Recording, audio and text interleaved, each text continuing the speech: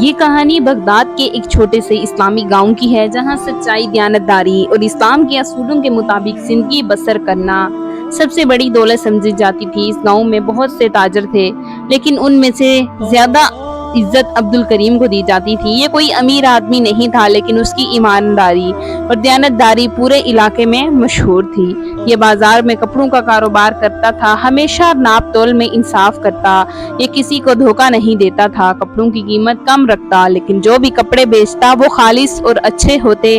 اگر کوئی بندہ غلطی سے زیادہ پیسے دے دیتا تو عبدالکریم اسے فوراً واپس کر دیتا۔ اگر کسی کے پاس پورے پیسے نہ ہوتے تو وہ ادھار دے دیتا اور کبھی کسی کو تنگ نہ کرتا۔ اس کی دکان میں ہمیشہ برکت رہتی۔ لوگ کہتے تھے کہ اس کے رزق میں اللہ کی خاص رحمت ہے، کیونکہ یہ ہمیشہ ایمانداری سے کام لیتا ہے۔ عبدالکریم کی زندگی بہت سادہ تھی، نہ تو وہ قیمتی کپڑے پہنتا اور نہ ہی کسی عالی شان گھر میں رہتا۔ اس کے چہرے پر ہمیشہ ایک نورانی چمک ہوتی۔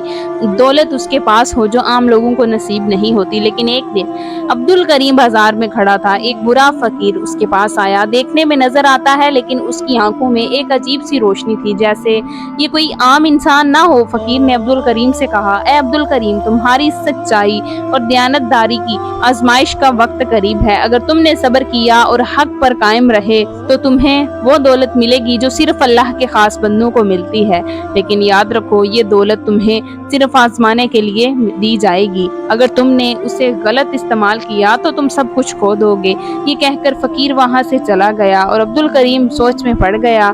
اسی گاؤں میں ایک پرانا ویران علاقہ تھا جسے کھنڈرات غائبہ کہا جاتا تھا۔ لوگ کہتے تھے کہ وہ کسی زمانے میں ایک عظیم الشان خلا تھا، لیکن اچانک وہ کسی عذاب کی وجہ سے ویران ہو گیا۔ کوئی بھی وہاں جانے کی ہمت نہیں کرتا، کیونکہ مشہور تھا وہ جگہ اسف زدہ ہے۔ ایک رات عبدالکریم کو خواب میں وہی بوڑھا فقیر نظر آیا۔ اس نے کہا، اگر تم جاننا چاہتے ہو کہ تمہاری آزمائش کیا ہے تو کل فجر کی بات کھنڈرات میں جا کر دیکھو، وہاں تمہیں ایک دروازہ ملے گا جو صرف ایمانداروں کے لیے کھلتا ہے۔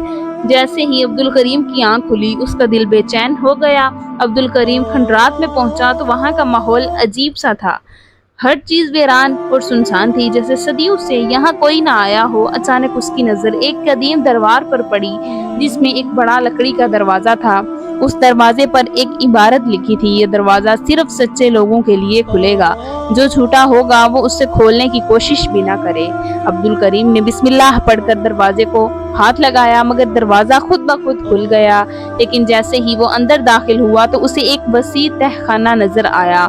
وہاں قیمتی خزانے، سونے کے سکے، ہیرے جواہرات اور نہ جانے کیا کچھ رکھا تھا۔ عبدالکریم کے دل میں خوف بھی تھا اور حیرت بھی۔ اچانک ایک گونجتی ہوئی آواز سنائی دی، اے عبدالکریم، تم اس خزانے کے حقدار ہو۔ عبدالکریم نے جواب دیا، اگر اللہ نے اسے میرے لیے رکھا ہے تو میں اسے قبول کر لوں گا، ورنہ اسے نہیں۔ ایک عجیب سی روشنی نظر آئی اور وہیں بوڑھا فقیر سامنے آ گیا، مگر اس بار اس کا چہرہ نور سے چمک رہا تھا۔ اس نے کہا کہ خزانہ تمہارے لیے ہے، لیکن یہ صرف تمہارا نہیں، اللہ نے تمہیں آزمائش کے لیے چنا ہے۔ اگر تم نے اسے اپنی ذات کے لیے استعمال کیا تو تم سب کچھ کھو دو گے، لیکن اگر تم نے اسے اللہ کی راہ میں خرچ کیا تو تمہاری نسلوں تک برکت رہے گی۔ عبدالکریم نے اللہ کا شکر ادا کیا اور وعدہ کیا کہ وہ خزانے کو صرف نیکی کے کاموں میں استعمال کرے گا۔ عبدالکریم نے وہ خزانہ گاؤں کی فلاحی کاموں میں لگا دیا۔ اس نے ایک بڑا مدرسہ بنوایا جہاں غریب بچوں کو مفت تعلیم دی جاتی۔ اس نے ایک کنواں